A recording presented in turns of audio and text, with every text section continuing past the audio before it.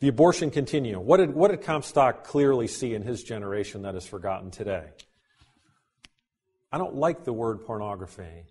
I like the word obscenity. Obscenity is the historic term.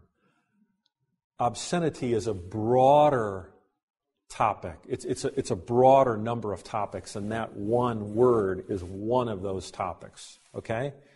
So, in the Civil War, in that period, we have the emergence of the daguerreotype. These are the first photographic technologies.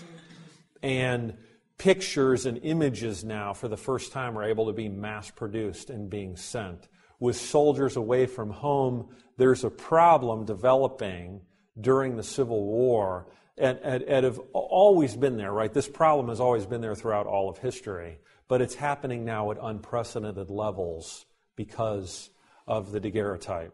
So the way I say it is, if we look at images that are obscene, we're stirred to action most likely, okay? Now, since I'm stirred to action, and I have a growing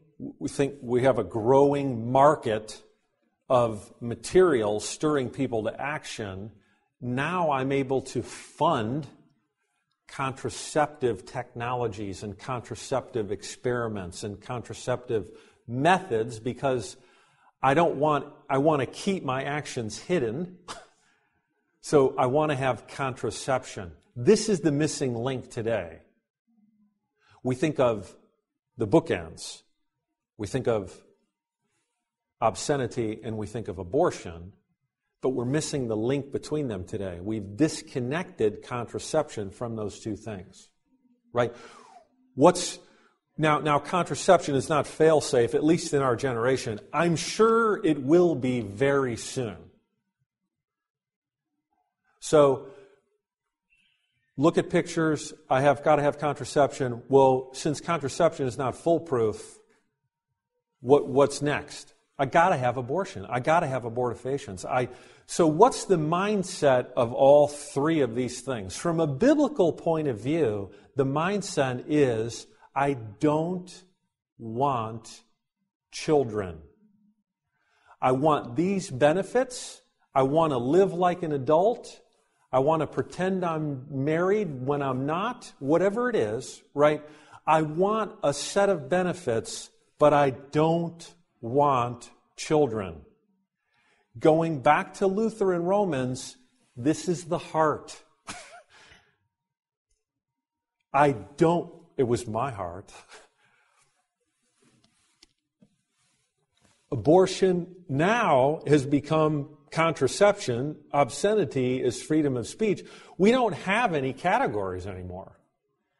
Nobody really cares about any of this. And even from a Christian standpoint, we want to find loopholes and things, and what's not obscene today was obscene in the 60s and 70s. The level of obscenity in our general culture, just walking around the streets, the music just going.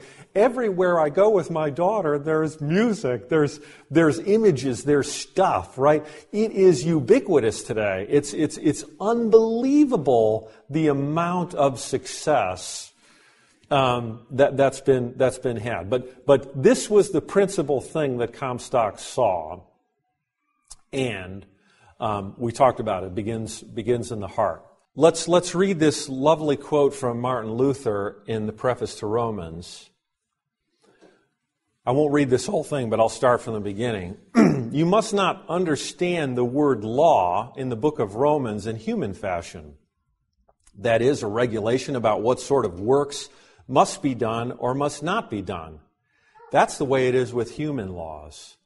You satisfy the demands of the law with works, whether your heart's in it or not. God judges what is in the depths of the heart.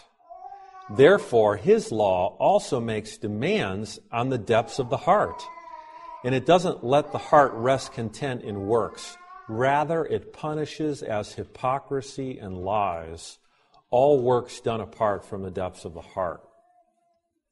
That is a serious statement. I believe it really strikes at the heart of our obedience.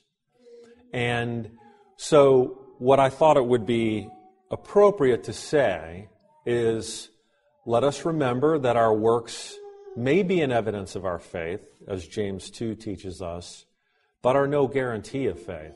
Christian faith must surpass that of the Pharisees in Matthew 5:20. It must be more than external, or we risk being beautiful, whitewashed tombs. Jesus calls those Pharisees beautiful. They're beautiful on the outside. They follow all the letter of the law on the outside.